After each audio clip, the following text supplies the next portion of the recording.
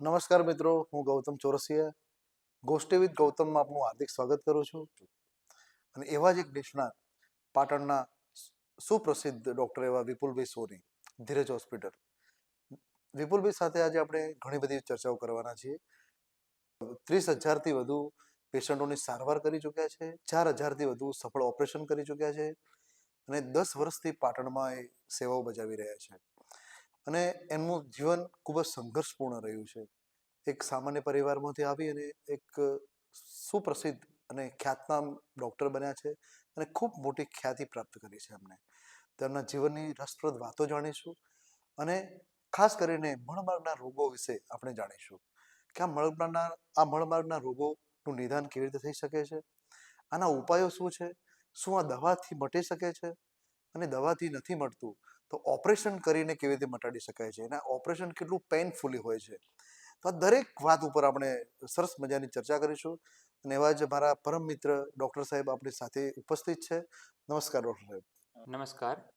સૌથી અગત્યની વાત સાહેબ એ છે કે આ બધી બીમારીઓ, આ બધા પ્રોબ્લેમ્સ થાય છે, બરાબર, એના પછી ઓપરેશન સુધી જાય છે પેશન્ટ અને ખૂબ ડરતું હોય છે કે ઓપરેશન કેવી રીતે થશે, કેટલા દિવસ રોકાવું પડશે, એની ઓપરેશન પછીની જે તકલીફો હોય છે એ થોડું વિસ્તૃતમાં સાહેબ સમજાવો. જ્યારે ઓપરેશનની વાત આવે કે જ્યારે દર્દી અમારી પાસે આવતું હોય ત્યારે ઘણા બધા દર્દીઓ શરમ અને સંકોચના લીધે એ ઓપરેશન સ્ટેજ સુધી પહોંચી જતા હોય છે. માટે પહેલી તો દર્દીઓને રિક્વેસ્ટ કે જો વહેલી તકે નિદાન થાય તો હરસમસા દવાથી પણ મટી શકે છે. ઘણા લોકોને મગજમાં એવું હોય છે કે મસા થાય એટલે ઓપરેશન કરવું પડે, પણ એવું હોતું નથી. વહેલું નિદાન થાય તો કોઈ પણ રોગ હોય એ દવાથી મટી શકે છે. માટે પહેલી તકે તો એના જે નિષ્ણાત પાસે તમારે જવું પડે, એની પ્રોપર ટ્રીટમેન્ટ લેવી પડે કે એ પ્રમાણે આપણે જે ખાવા પીવામાં ને પરેજ ને બધું રાખવું પડે તો દવાથી મટી શકે છે. જો તમે દવાથી ના મટે અને જે શરમ સંકોચના લીધે જ્યારે રોગ વધારે સ્ટેજમાં જાય કે એનું કોમ્પ્લિકેશન થતા હોય ત્યારે ઓપરેશન સુધી જવું પડતું હોય છે. અત્યારે સમયના જેમ ટેકનોલોજી એડવાન્સ થાય છે એમ મેડિકલ સાયન્સમાં પણ નવા ઇન્સ્ટ્રુમેન્ટ જે એડવાન્સ થતા હોય છે. આપણી પાસે અત્યારે જે ઉત્તર ગુજરાતમાં આપણે એક નવો કોન્સેપ્ટ લાવેલા કે ડાયોડ લેસર મશીન, જે આપણે ફર્સ્ટ ટાઈમ જે ઉત્તર ગુજરાતની અંદર લાવેલું હતું કે જેની અંદર એકદમ જે નાનો ચીરો થતો હોય કે જે નહીવત આપણાને દેખાતો બી નથી, 1 કે 2 mm જે નાનો સ્કાર થતો હોય એના દ્વારા આપણે મશીનથી સારવાર કરતા હોય છે કે જેની અંદર દર્દીને એકદમ બહુ નહીવત દુખાવો થતો હોય ઓપરેશન કર્યા પછી. ટેકનોલોજી શું છે? લેસર ટેકનોલોજી એક આપણે જે કિરણો કહીએ એ ટાઈપની કિરણોની ટેકનોલોજી છે કે લેસર લાઇટથી ઓપરેશન થતું હોય કે જેની અંદર એક નાનો 1-2 mm જે ફાઈબર હોય લેસરનો કે જે સાદી ભાષામાં સમજીએ કે આપણે જે સોય હોય એ પ્રમાણે નાનો એનો ફાઈબર હોય જે મળમાર્ગની બાજુમાં એને પુશ કરવાનો હોય અને એના પછી જે એનર્જી આપતા હોય કે જેના કારણે મસો છે એ સંકોચાઈ જતો હોય છે. એટલે એકદમ નાનો ઘાવ થાય, કોઈ પણ જગ્યાએ નાનો ઘાવ થાય તો એની અંદર દુખાવો પણ એકદમ નહીવત હોય અને દર્દીને રિકવરી પણ જે ઓલ્ડ ટેકનિકો છે એના કરતાં પણ એકદમ ફાસ્ટ આવતી હોય છે. માટે જો ઓપરેશન કરવાનું થાય તો પણ ગભરાવાની એવી કોઈ જરૂર હોતી નથી. ઓપરેશન કેટલા સમય સુધી ચાલે છે? ઓપરેશન છે એ રોગની તીવ્રતા ઉપર ડિપેન્ડ કરતું હોય છે. એવરેજ અડધો કલાક આસપાસનો સમય આપણે ગણતા હોય કે અડધો કલાક આસપાસ ઓપરેશન ચાલતું હોય. પછી જો બહુ મેજર હોય કે તો પણ વધારે ચાલતું હોય. જો ઓછી કન્ડિશન નાની કે એની તીવ્રતા ઓછી હોય તો જલ્દી પણ પતી જતું હોય છે. દર્દીને જે આપણે એનેસ્થેસિયા આપતા હોય એટલે જનરલી એમને 24 કલાક સુધી એક દિવસ માટે રોકાવાની સલાહ આપતા હોય છે અને એક દિવસ રોકાવાની જરૂર પડતી હોય છે દર્દીને. ઓપરેશન પછી ડ્રેસિંગ કેટલી વાર કરાવવું પડતું હોય? ઓપરેશન પછી જે જોઈએ કે જ્યારે કોઈ બહાર આપણે ઘાવ કે કટ લાગતો નથી તો એવા કેસની અંદર ડ્રેસિંગ કરાવવાની જરૂર નથી પડતી. જો બહાર કોઈ પણ મસો ફૂલી ગયો હોય કે ચીરો હોય કે કોઈ પણ બહારનો એક્સટર્નલ મસો હોય અને જો એ કટ કરવામાં આવે તો દર્દી પોતાના ઘરે કોઈ ફેમિલી મેમ્બર કે જાતે કે કોઈ પણ આપણે નોર્મલ જે દવા કેવું આપતા હોય એ લગાવવાનું હોય છે. મીન્સ બહાર કોઈ પણ બીજી હોસ્પિટલમાં કે કોઈ ડૉક્ટર પાસે ડ્રેસિંગ કરાવવાની જરૂર પડતી નથી. જ્યારે ભગંદરની વાત લઈએ કે ભગંદરમાં જ્યારે બહુ હાઈ વેરાયટી હોય કે બહુ પાક બહુ મોટો થયેલો હોય કે ગુમડું બહુ મોટું થયેલું હોય, જો એવા કન્ડિશનની અંદર દર્દીએ ઘણીવાર ડ્રેસિંગ કરાવવાની જરૂર પડતી હોય છે. પણ મોસ્ટલી જે મસા અને જે ફિશર જે છે એની અંદર ડ્રેસિંગ કરાવવાની જરૂર પડતી નથી, જે ઘરે જ નોર્મલ કાળજી દવા કે એવું લગાવી શકાય. કાળજી શું લેવાની હોય છે ઘરે? ઓપરેશન કર્યા બાદ દર્દી જે બીજા દિવસથી જે નોર્મલ પોતાનું જે દિનચર્યા છે એ પ્રમાણે નોર્મલ વોકિંગ છે, હરવું ફરવું કરી શકતું હોય છે. દર્દીને અમે જનરલી નોર્મલ કેટલા ટાઈમમાં થાય અંદાજે? અઠવાડિયુંથી 2 અઠવાડિયા મીન્સ 7 થી 15 દિવસ પછી દર્દી પોતાનું જે નિયમિત જે રૂટિન બધું જ કામ છે ટોટલ, કે વ્હીકલ ચલાવવું છે, લોંગ સમય સુધી બેસી રહેવું છે, કે કોઈ પણ કામ કરવું કે મુસાફરી કરવું, એ દર્દી 1 થી 2 અઠવાડિયા પછી કરી શકે છે. એ રોગની તીવ્રતા ઉપર ડિપેન્ડ કરે છે, પણ મોસ્ટલી 1 થી 2 અઠવાડિયા માટે આપણે દર્દીને આરામ કરવાની સલાહ આપતા હોય છે. આ થઈ સાહેબ ઓપરેશનની વાત. તો એક મેં જે પહેલા તમને વાત કરી કે આ ખરેખર એક ચિંતાનો વિષય છે, બરોબર? નાબૂદ તો થવાનું નથી, બરોબર? આને રોકી શકાય થોડું, જેટલા પ્રમાણમાં રોકવું હોય એટલું, એ પોતાના ઉપર ડિપેન્ડ કરતું હોય છે.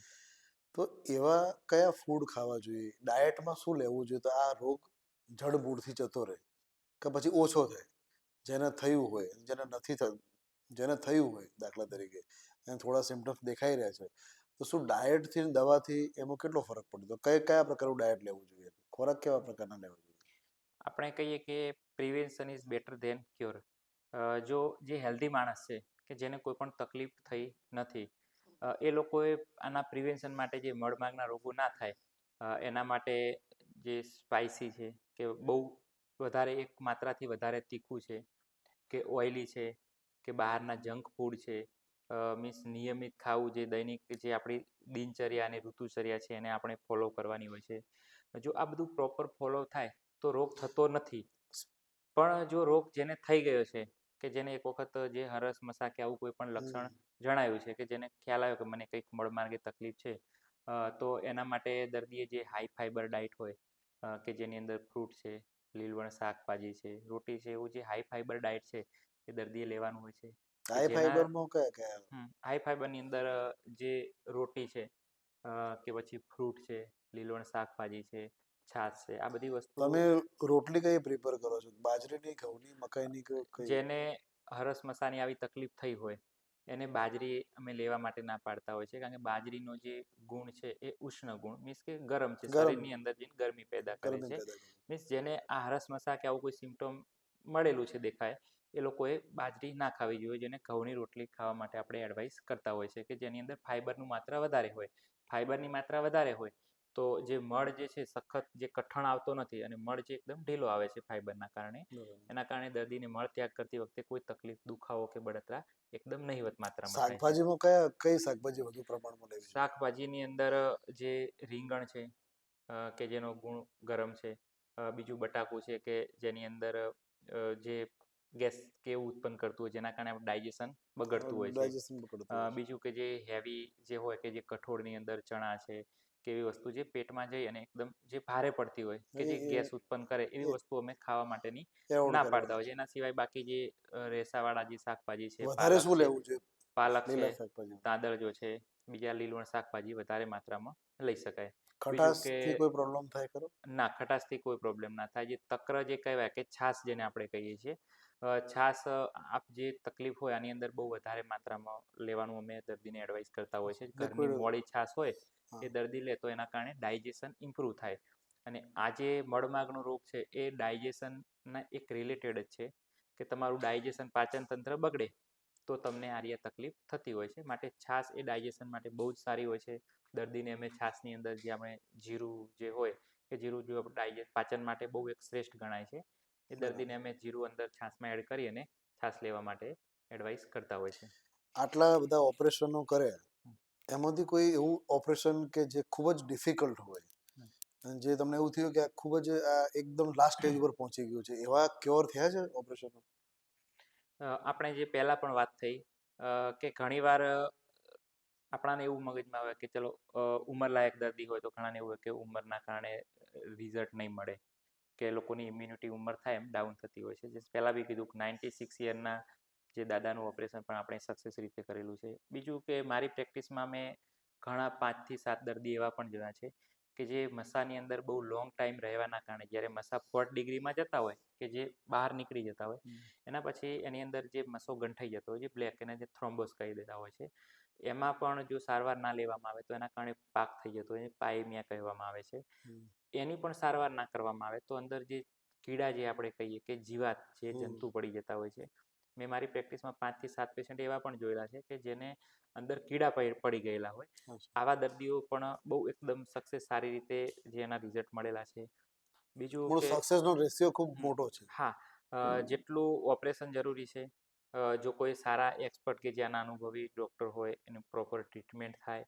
બીજું ઓપરેશન કર્યા પછી પાછળથી જે ઓપરેશન કર્યા પછી સાર સંભાળ હોય કે તમારી જે ડાયટ જે ખોરાક તમારો ફોલો કરવાનો હોય, તમારી રોજિંદી જે જીવનશૈલી છે કે લોંગ ટાઈમ બેસવું, ટ્રાવેલિંગ છે, લાંબી મુસાફરી છે, સેલ્ફ ડ્રાઈવ કરવું, આ બધું તમારે થોડા દિવસ માટે એવોઇડ કરવાનું હોય છે. તમે એવોઇડ કરો અને પ્રોપર તમે ટ્રીટમેન્ટ કરો તો તમને રિઝલ્ટ 100% મળવાનું જ છે.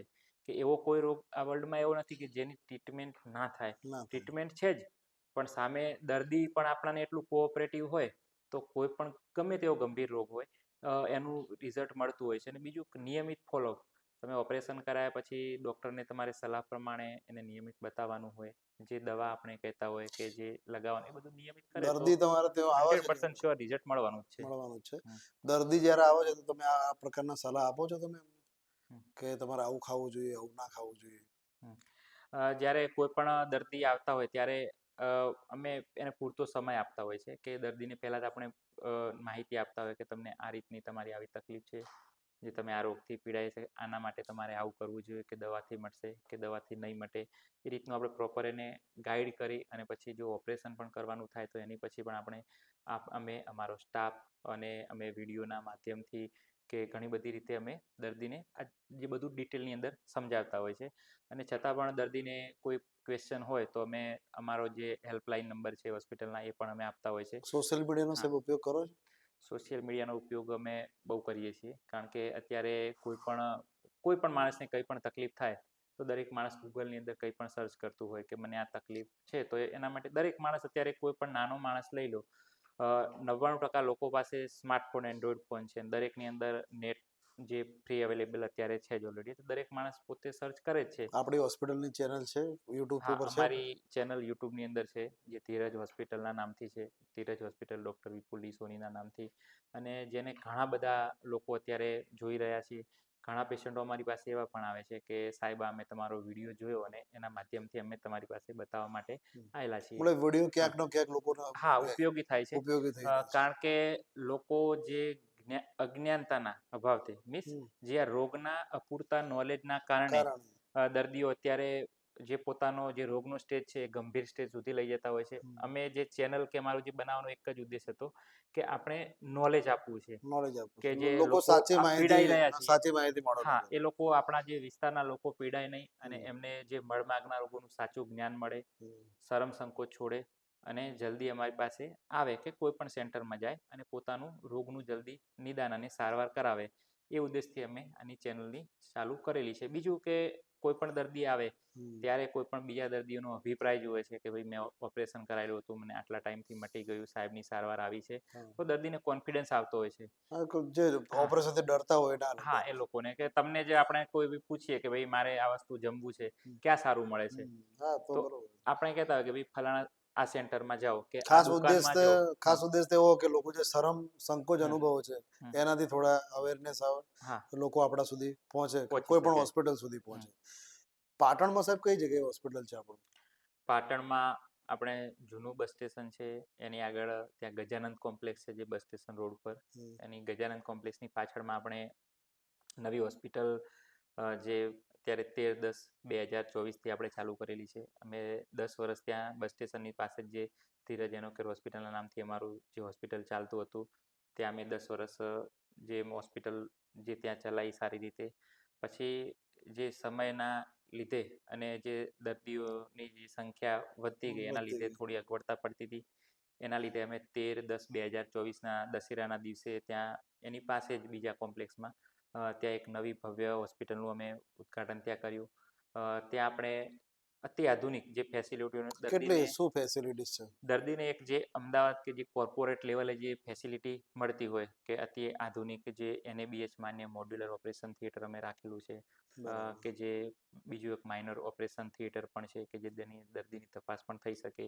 જ્યારે દર્દી આપણા હોસ્પિટલમાં દાખલ થાય ત્યારે દર્દીને પોતાનો પ્રાઇવેટ સેપરેટ રૂમ મળી રહે કે જે એસી રૂમ છે, ડિલક્સ રૂમ છે, દરેક કેટેગરીના રૂમ રાખેલા છે કે જેની અંદર દર્દીને ટીવીની સુવિધા, ફ્રીજ, એસી, ગીઝર કે જે ઓલમોસ્ટ જે બધી વસ્તુ સુવિધાઓ. રિક્વાયરમેન્ટ છે એ ગરમ પાણીના ગીઝર સુધી આપણે અંદર ફેસિલિટી આપીએ છીએ. બીજું કે ઇન્ટરકોમ જે ટેલિફોનની સુવિધા કે દર્દી પોતાના રૂમમાંથી જ સ્ટાફને બોલાવવા માટે નહીં, સીધું ડાયરેક્ટ આપણે જે હોટલમાં જે પ્રમાણે ફોન કરતા હોય રિસેપ્શનમાં એ પ્રમાણે ફોન કરી અને સ્ટાફને બોલાવી શકે છે કે આપણા નર્સિંગ સ્ટાફ. એક સવાલ એવો પણ હતો મને મગજમાં કે દારૂ, સિગરેટ, મસાલા, ગુટકાથી આ રોગ કનેક્ટેડ ખરો?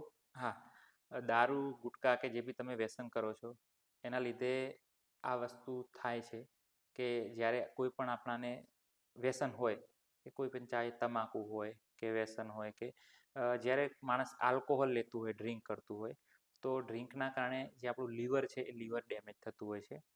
લીવર અને જે મળમાર્ગની જે નસ છે એ સીધી કનેક્ટેડ છે કે જે મળમાર્ગમાંથી એક જે મેઇન વેઇન પોર્ટલ વેઇન નીકળતી હોય એમાંથી 10 વેઇનો અલગ અલગ નીકળતી હોય અને એક નસ છે એ મળમાર્ગે આવતું હોય છે.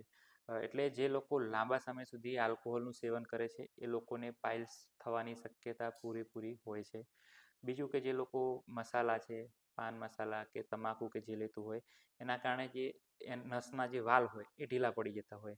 નસના વાલ ઢીલા પડી જાય એના કારણે જે નસની અંદર પમ્પિંગ થઈને જે બ્લડ પાછું જવાની પ્રક્રિયા છે કે હૃદયમાંથી જે શુદ્ધ લોહી ત્યાં સુધી આવતું હોય ત્યાંથી આવતું બ્લડ હોય.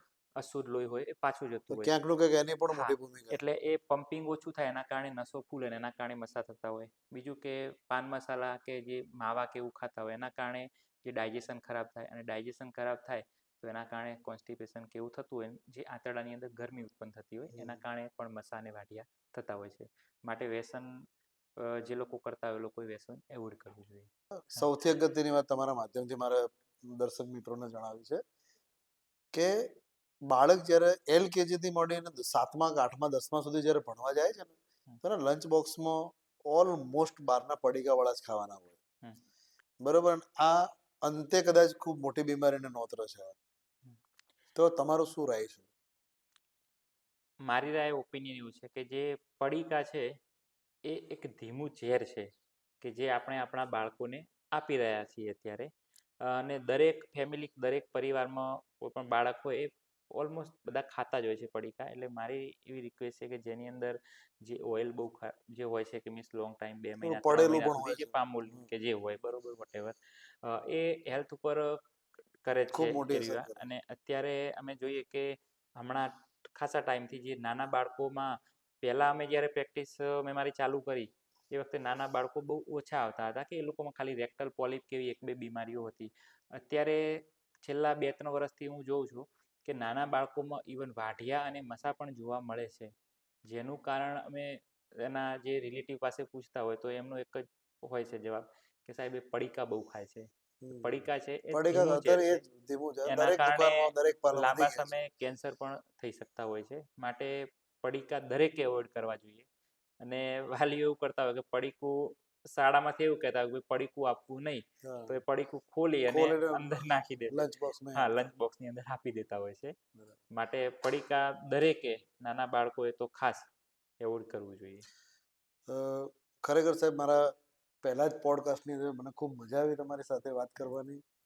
ઘણી બધી રસપ્રદ વાતો પર્સનલી મને પણ શીખવા મળી કે રોગો વિશે પણ ઘણી બધી જાણકારી દર્શક મિત્રોને મળી છે. બરોબર. અને ખરેખર તમારી સાથે વાર્તાલાપ કરીને મને ખૂબ મજા આવી. Thank you so much.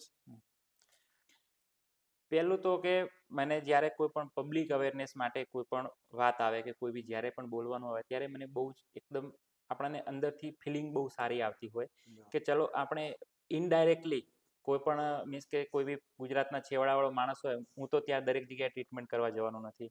પણ આપણા જે વિડીયો કે જે સોશિયલ મીડિયાનો ઉપયોગ દરેક લોકો કરતા હોય છે કે જે લોકો આપણી સુધી નથી પહોંચી શકતા એ લોકો વિડીયોના માધ્યમથી પણ તમે પહોંચાડવા માટે અત્યારે મદદરૂપ જે થાવ છો અને તમે જે આ વસ્તુ જે કોન્સેપ્ટ ચાલુ કરેલો છે એ બહુ એકદમ સરસ છે કે આના દ્વારા જે લાખો લોકોના જીવન સુધરી શકે છે, પોતાનું હેલ્થ સુધરી શકે છે અને લાખો લોકો છે એ બહુ જે રોગથી બચી શકે છે.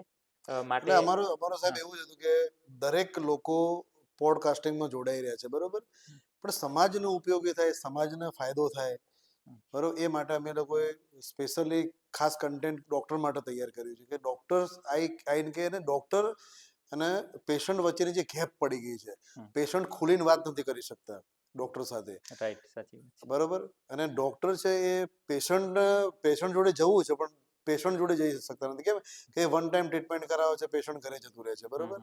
અને યુટ્યુબ ઉપર પણ ઢગલો કન્ટેન્ટ પડ્યા છે, સાચા ખોટા ખરાબ ખબર નથી કેવા, પ્રોપર કન્ટેન્ટ પણ હા, નથી હોતા, રાઈટ, બરોબર. સાચી વાત છે. પણ એઝ એ ડૉક્ટર જ્યારે આ પ્લેટફોર્મ ઉપર આવી જ્યારે પોતાની દિલની વાત કહે છે, વેદના કહે છે કે લોકો આવા પીડાઈ રહ્યા છે, તો ખૂબ સરસ વાત છે કે ડૉક્ટરો અમારી સાથે ધીરે ધીરે જોડાઈ રહ્યા છે એક એક કરીને. તો અમારો ઉદ્દેશ એક જ છે કે પેશન્ટો છે, બીજા લોકો છે, મારા દર્શક મિત્રો છે, એ જાણી શકે, સાચી માહિતી સુધી પહોંચી શકે, પ્રોપર માહિતી કે આવું ખાવું જોઈએ, આવું ના ખાવું જોઈએ. અને સાથે સાથે ઘણા ડૉક્ટર મિત્રો એવા પણ છે મારા કે જે યુવાનો માટે પ્રેરણા સ્ત્રોત છે. જેમ કે તમે કે આપણે શરૂઆતમાં જ વાત કરી કે ત્યાંથી લઈને અત્યાર સુધીનું સફર તમારું કેવું રહ્યું છે, તો યુવાનો માટે પણ ખૂબ સારી વાત છે. અને મને પણ તમારી સાથે ખૂબ મજા આવી. તમે તમારો કિંમતી સમય મને આપ્યો. Thank you so much sir. અને ફરીથી કોઈ કામ હોય તો આપણે મળીશું.